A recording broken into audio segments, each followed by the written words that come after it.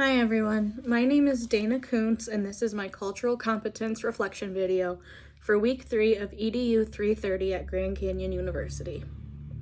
Question 1 asks, what does it mean to be a culturally competent educator? Being a culturally competent educator means that you are understanding of your own cultural identity. It also means that you know and understand that others will view things differently because their cultural identity will not be the same as yours. Another key factor to being culturally competent is being able to identify your own implicit or unconscious biases. These biases may be unconscious, but once we are aware of them, we can make an active effort to prevent or change these biases. Educators should be open about biases they used to have and how they were able to change their mindset. This is a way to promote diversity and cultural awareness in the classroom through leading by example. Finally, students and their families need to know that despite cultural differences, they are safe in your classroom and will never feel as though they are being alienated by you as an educator. Your classroom should be a safe place to learn and express cultural differences. Question 2 says, where do you see yourself on the cultural competency continuum chart and why? Based on the characteristics of each level, I would say that I am at a 4, which is cultural pre-competence. I say this because I did not grow up experiencing much cultural diversity. As an adult, I understand the need for me to become involved. I try my hardest to be inclusive at all times, and I stand for improved treatment of minority populations, but thus far have taken no action to make it happen.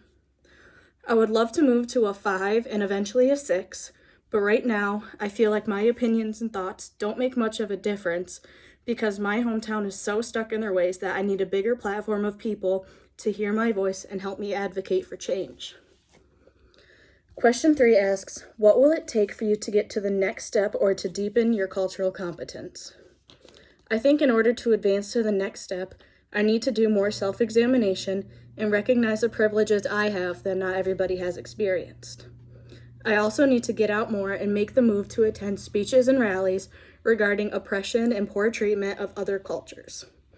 I want to be able to tell my students that I stand with them on controversial topics.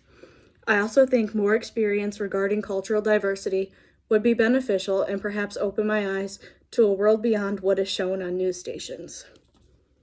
Question 4 says, what are some specific research and readings, tools, resources, or training you might use to further your cultural competency as an educator? At my current job, we have many in-service days before and during the school year. A lot of the presenters discuss diversity and what we can do to make our students feel comfortable and welcome in our school.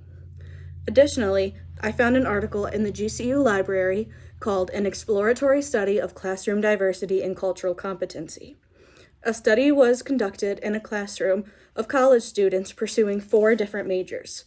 They did identical assignments, saw the same videos, saw the same guest speakers, and did the same activities. The first classes focused on building rapport, discussing ground rules, and creating a safe environment. The rest of the class focused on identifying personal biases, expanding cultural knowledge, and expanding skills to make appropriate intervention based on a student's culture. Question 5 asks, what will it look like to have cultural inclusivity in your future classroom? The future I hope for is to lead by example. I want to show my students how to love, have compassion, and advocate for their beliefs. To me, teaching has never been about reading from a textbook and passing standardized tests. I want my students to learn empathy, compassion, acceptance, love, and awareness. No student will ever feel unimportant or dismissed. I want to make a positive lifelong impact on each student that enters my class. I hope to have my students experience different cultural awareness days, foods, tastes, books, videos, etc.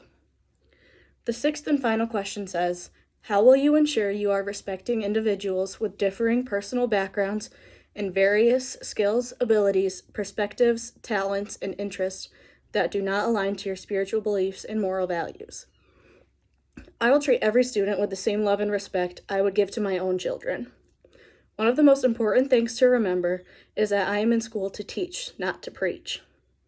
I feel as though if I treat my students the way I want to be treated, they are more likely to reciprocate.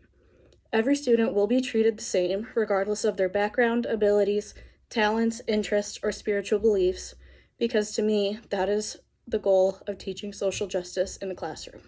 Thanks for watching.